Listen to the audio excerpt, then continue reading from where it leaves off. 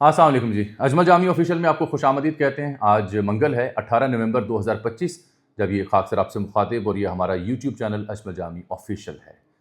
ADCR Sialkot Iqbal سنگھیڑا چکری سے رفو چکر ہوئے پولیس رپورٹ کے مطابق، اور ہم نے اپنے ویلاگ میں جو آپ کو خبر دی اس خبر پہ ابھی تک ہم قائم ہیں۔ اس کے فالو اپ میں ایک انتہائی دلچسپ پیش رفت ہے، اہم معلومات ہے جو آپ تک پہنچانی ہے کہ یہ چکری کی کہانی کیسے ڈالی گئی، اور یہ جو رفو چکر ہونے کی بات کی گئی کہ شاید یورپ چلے گئے ہیں، وہ کیوں کر غلط ہے، ہیں یہیں مہمان نوازی سے لطف اندوز ہو رہے ہیں، اگلا پلان آف ایکشن کیا ہے، اور چکری سے ان کی مہمان نوازی تک جانے کی جو واردات ہے بیچ میں 2-3 گھنٹے کی، وہ مسنگ ہے۔ تو آج اس کا کھرا لگایا، اور جو کل میں نے سٹوری دی اس کی 2-3 مختلف ذرائع سے تصدیق بھی آج ہو رہی تھی۔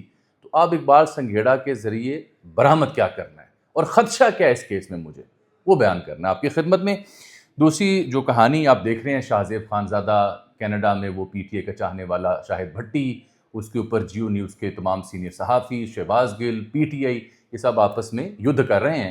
اس یدھ سے جو برآمد چیزیں ہو رہی ہیں بڑی خطرناک ہیں۔ یہ صاحب جنہوں نے شاہ زیب خانزادہ اور ان کے اہل خانہ کو ہراساں کیا، ان کی ویڈیو بھی آ چکی ہے، اس کے خلاف کیا کارروائی ہو رہی ہے، طلعت حسین صاحب نے کیا نسخہ تجویز کیا ایسے لوگوں سے نمٹنے کے لیے، یہ دلچسپ کہانی ہے۔ اور پھر دا اکانومسٹ، اس نے دوبارہ سے وہ آرٹیکل جو ہے محترمہ بشریٰ بیگم کے حوالے سے وہ دوبارہ شیئر کیا ہے۔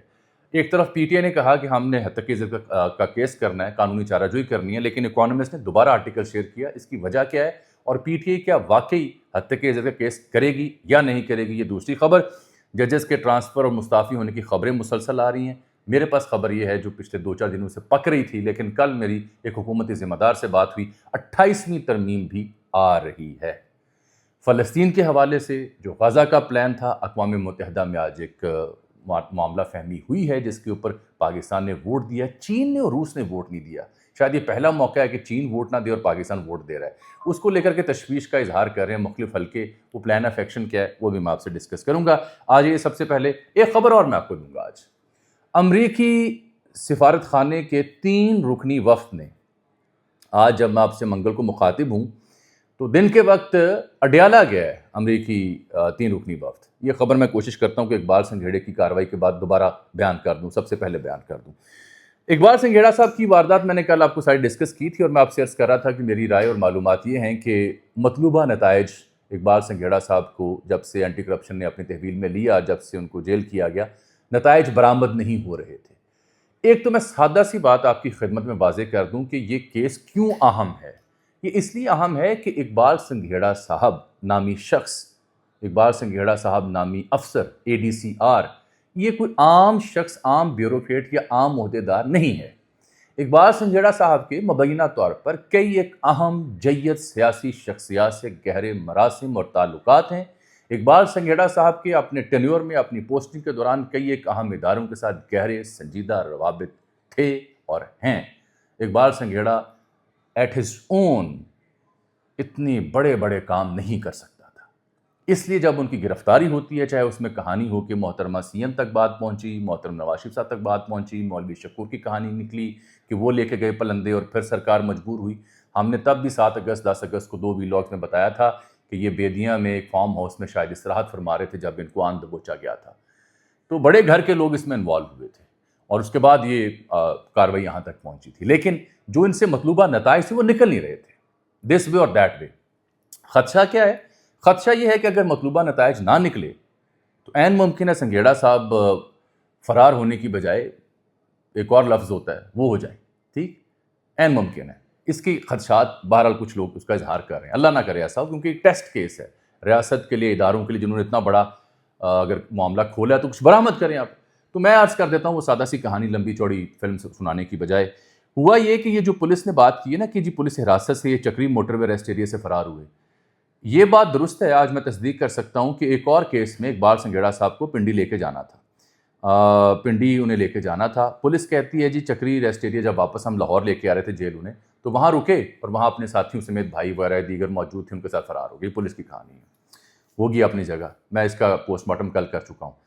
ہوا یہ تھا کہ یہ پنڈی گئے، یہ وہی جمعرات جمعہ کا واقعہ، جمعرات کا پریسائزلی اگر میں سچ بولوں تو جمعرات کو جب یہ واپس آئے تو یہ جو اسکیجول تھا، ٹائم لیمٹ تھی جو ظاہری بات ہے کسی بھی قیدی کو واپس لانے کی ہوتی ہے ملزم کو، اس سے 2-3 گھنٹے پہلے لاہور پہنچ گئے۔ جب یہ لاہور پہنچے تو پھر ظاہری بات ہے ان کے تعلقات اثر و رسوخ اور یہ بڑی بھاری اسامیاں عام شخص نہیں ہیں ہر لحاظ سے، تو ان کو مبینہ طور پر بقول شخص سے میرے ذرائع بتاتے ہیں کہ پھر وہ پوش علاقے کے ایک معروف سیلون میں لے گایا گیا جہاں پہ حجامت وغیرہ بنوائی جاتی ہے. وہاں پہ آلریڈی کیونکہ ان کی بیرک جو ہے جیل میں وہ ایک معروف یوٹیوبر کے ساتھ ہے، تو معروف یوٹیوبر کے کچھ عزیز و اقارب بھی اس سیلون میں موجود تھے. ان کے اقبال سنگھیڑا صاحب کے بھی عزیز و اقارب وہاں موجود تھے سیلون پہ. وہاں چائے شائے پانی شانی زلفوں کی تلاش کراش ہو رہی تھی اور عین اس وقت ایک شخصیت پہنچتے ہیں اور وہ ان کو اپنے ہمراہ میرا خیال ہے پیار محبت کے لیے مہمان نوازی کے لیے لے جاتے ہیں. یہ خلاصہ اس کہانی کا. تو پنڈی سے واپس لاہور پہنچے تھے، وقت تھا اس بیچ میں زلفوں کی تلاش کراش کے لیے پہنچے. اب اس میں طے یہ کرنا ہے کہ اگر اہم حلقے یا اہم ادارے اس میں ملوث ہوئے ہیں یا اس میں ایڈ آن ہوئے ہیں وہ اس سے کیا برآمد کرتے ہیں. اقبال سنگھیڑا کے قریبی لوگوں کا یہ ماننا ہے کہ اہم ترین ادارے اقبال سنگھیڑا کو جانتے ہیں اور Iqbal Singhera will be in safe hands. I believe the other way around. میرا خیال یہ ہے، معلومات جتنی بھی اس کیس کے اوپر جتنا میں نے کام کیا ہے، کتاب وقت یہ کہ اس سے کچھ 3-4 بڑے لوگ، 3-4 بڑے کام، کچھ اہم چیزیں باہر نہ آئیں اس وقت تک یہ گلے کی ہڈی نہ نگلی جائے گی نہ اگلی جائے گی. اس لیے کچھ اہم اداروں کو بیچ میں آنا پڑا، اور اگر یہ نہ نگلی گئی نہ اگلی گئی ہڈی تو پھر پولیس ریکارڈ میں ایک بڑا اہم جملہ لکھا ہوا ہے کہ یہ فرار ہوئے ہیں. اور جب بھی کچھ فرار ہوتی ہے، کوئی شخص فرار ہوتا ہے تو اس کا انجام کیا ہوتا ہے عموماً یہ آپ بہتر سمجھتے ہیں. یہ اس کے حوالے سے فالو اپ ہے. This is a test case, again I am telling you. Europe شورپ کوئی نہیں گیا ہوا، یہ لکھ کے رکھ لیں آپ ادھر ہی ہے. اگر اداروں نے اسے یورپ بھیج دیا تو یہ ریاست اور ریاستی اداروں کے اوپر بہت کھلی چارج شیٹ ہوگی جو میرا نہیں خیال کے ادارے لینے کے متحمل ہیں. ہاں اس میں بڑے نام اگر آ گئے تو پرابلم ہو جائے گی سیاسی سیٹ اپ کو. یہ جملہ نوٹ کر لیں. دوسری کہانی جو میں نے بیان کرنی تھی اڈیالہ کی وہ بھی بتا دیتا ہوں کیونکہ آپ منتظر ہوں گے. اڈیالہ میں جب بھی کوئی خبر آتی ہے کہ جی امریکی سفارت خانے کے وفد گئے ہیں تو ہمارے یوٹیوبر بھی اس پہ سرخیاں لگا دیتے ہیں، لوگ جذباتی بھی ہو جاتے ہیں.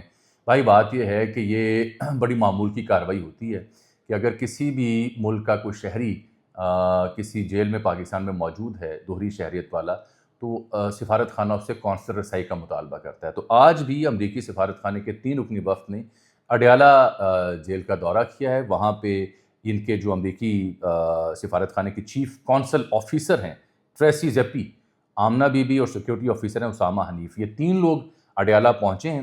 اور جو اڈیالہ جیل کے ذمہ داران یا دیگر لوگ بتاتے ہیں کہ یہاں پر اصل میں ایک پاکستانی امریکی شہری ہیں جن کا نام ہے محمود اوان ہیں، تو وہ امریکی شہری پاکستان سے تعلق، ان تک قونصلر رسائی مانگی تھی سفارت خانے نے کیونکہ ان کا یہ شہری ہے.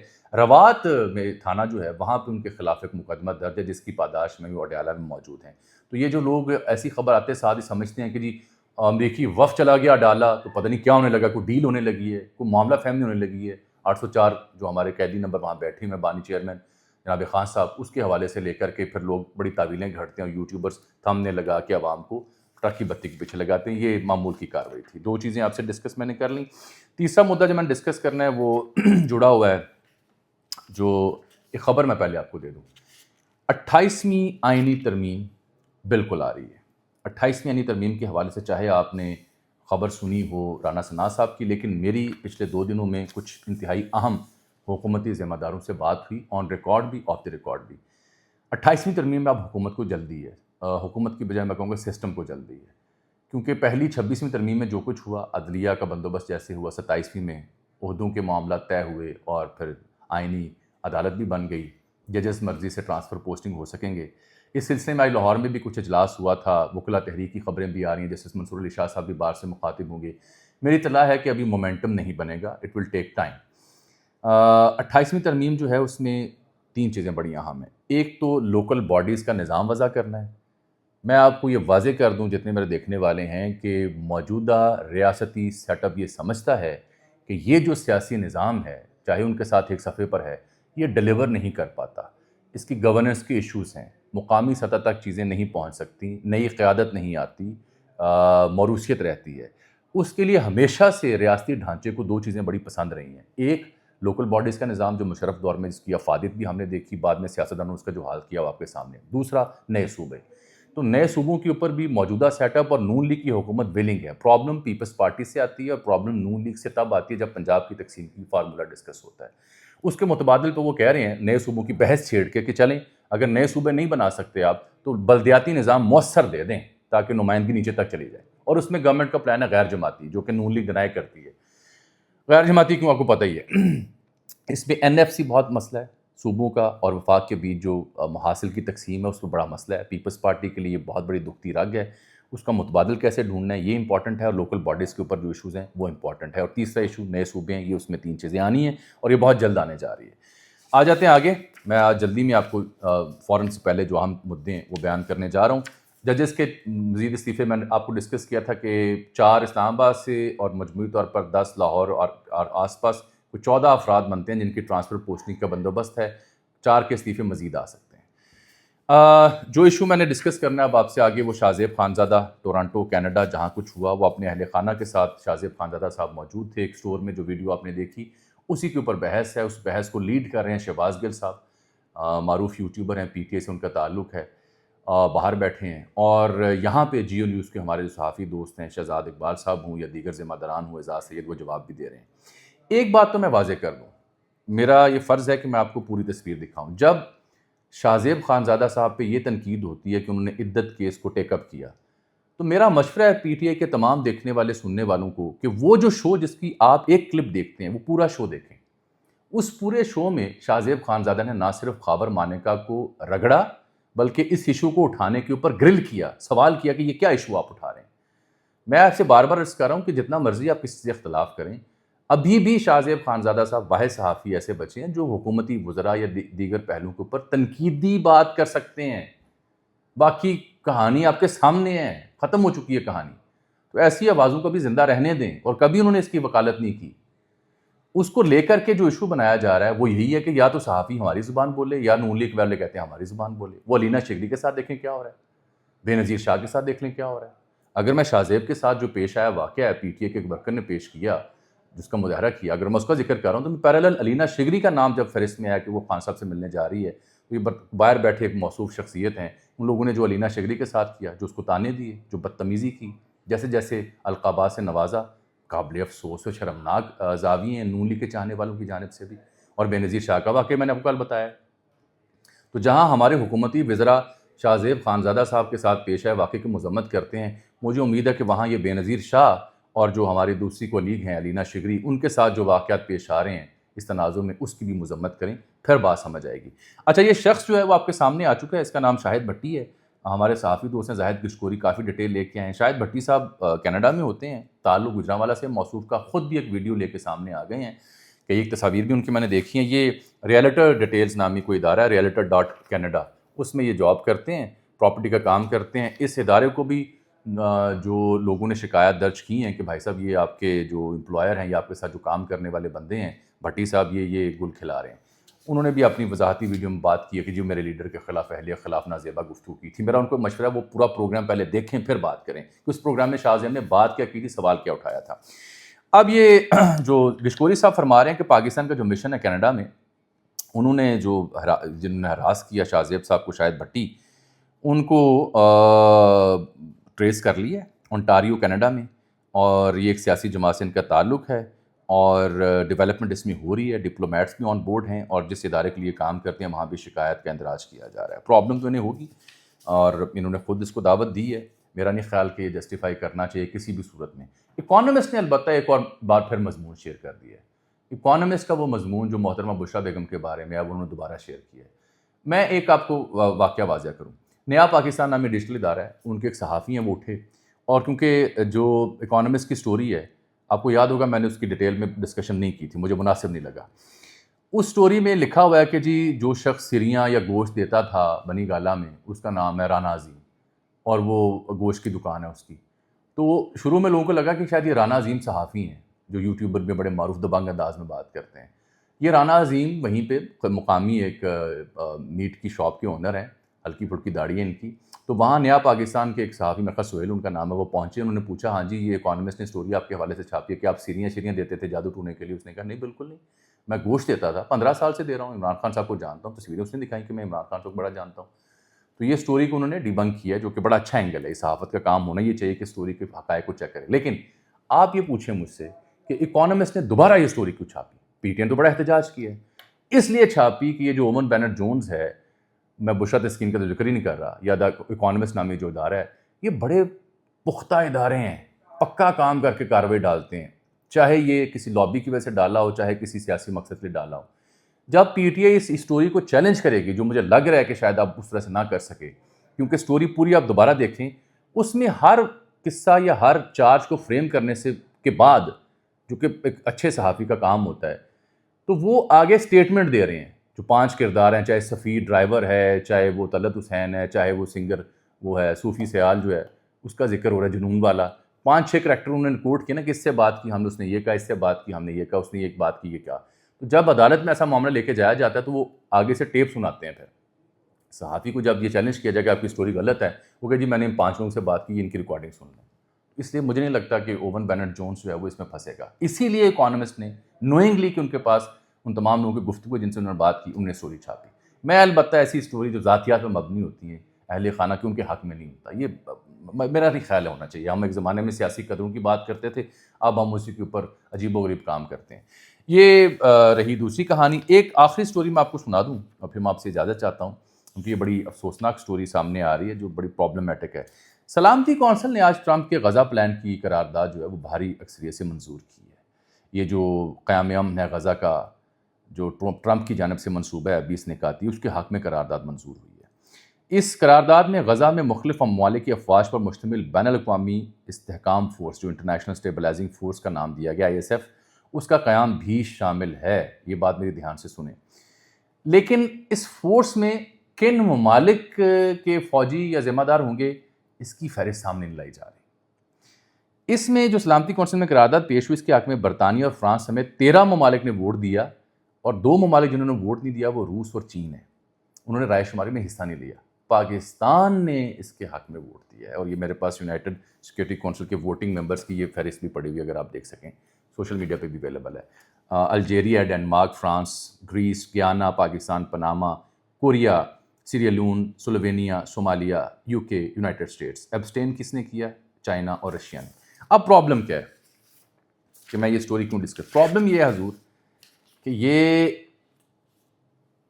ہمارا دوست ملک چین اگر ایک قرارداد میں ایبسٹین کر رہا ہے اور ہم ووٹ دے رہے ہیں، تو میرا خیال ہے یہ بڑا ریئر مومنٹ ہے. ہم اپنے دوست ممالک اسٹریٹجک الائے کے ساتھ اس معاملے میں کیا کسی اور پلڑے میں وزن ڈال رہے ہیں؟ یہ سوال اٹھ رہے ہیں.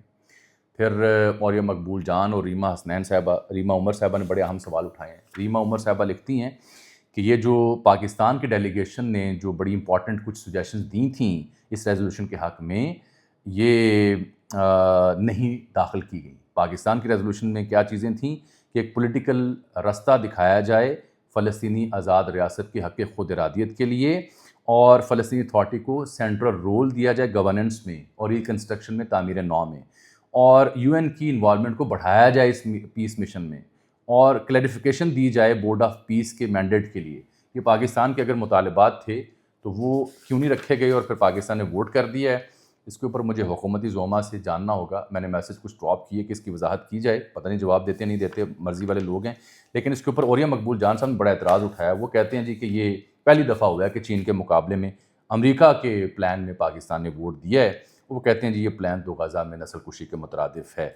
اس میں جو اہم بات ہے وہ اسرائیلی اخبار ہے ایک ہارٹس، اس نے ایک مضمون چھاپا ہے آج اپنے اخبار فرنٹ پیج پہ. بڑا واضح انہوں نے مضمون چھاپا ہے، یہ میرے پاس پڑا ہوا ہے. یہ بڑا پڑھنے والا مضمون ہے ہارٹس کا. ہارٹس کہتا ہے کہ will Trump's emerging Saudi deal force Israel to clash with its greatest friend ever.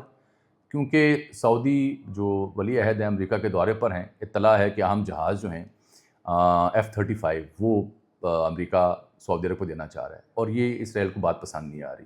اور پھر جو امن منصوبہ جس طرح سے سعودی عرب اور امریکہ پرپوز کر رہے ہیں وہ بھی انہیں پسند نہیں آ رہی. تو اسرائیل کا یہ اخبار کوئی عام اخبار نہیں ہے، کوئی رائٹ ونگر نہیں ہے، کوئی نیتن یاہو کا حامی نہیں ہے، بلکہ یہ لیفٹ اور لبرل اخبار ہے. اگر وہ لکھ رہا ہے کہ ٹرمپ کی جو سعودی عرب کے ساتھ ایمرجنگ ڈیل ہے وہ تو اسرائیل کے ساتھ پھڈا کرنے کے مترادف ہے، کیونکہ اسرائیل کا تو گریٹسٹ فرینڈ جو ہے وہ امریکہ ہے. امریکہ کی اگر محبتیں وہاں بڑھ رہی ہیں تو یہ ہمارے لیے نقصان دہ ہے. تو وہ اس کے اوپر اعتراضات اٹھا رہے ہیں. آپ دا ٹائمز آف اسرائیل دیکھیں اور ہارٹس دیکھیں کہ وہ کیا لکھ رہے ہیں، اور پھر حماس نے بھی جو اسٹیٹمنٹ دی ہے وہاں پہ الجزیرہ کے اوپر، وہ بھی اگر آپ دیکھیں تو حماس بھی کہہ رہی ہے کہ یہ حق خود ارادیت اور فلسطینیوں کے حقوق کو پورا نہیں کر رہی یہ ریزولوشن. اس کے باوجود یہ اگر پاس ہوتی ہے تو میرا خیال ہے یہ ٹرمپ کو جلدی ہے کہ اس کے ٹینیور میں جلد سے جلد وہ فیصلے ہو جائیں جو اس کے لیے اس کو بہت بڑے قد کاٹ کا لیڈر بنا سکیں. ابھی جو اردن کے شاہ بھی آئے تھے، پاکستان کے مختلف مڈل ایسٹ ممالک کے دورے بھی تھے، یہ بھی اسی سلسلے کی کڑی مجھے معلوم ہوتے ہیں. کافی سینسٹیو ایشو ہے. ایز لانگ ایز فلسطینی عوام، فلسطینی سرکار وہ اس کو قبول نہیں کرتے، تب تک پاکستان کو عملی طور پر کسی شے کا حصہ نہیں ہونا چاہیے. مجھے آج کے لیے اجازت دیجیے، آپ سے ملاقات ہوگی اگلے ولاگ میں. تب تک کے لیے اللہ حافظ.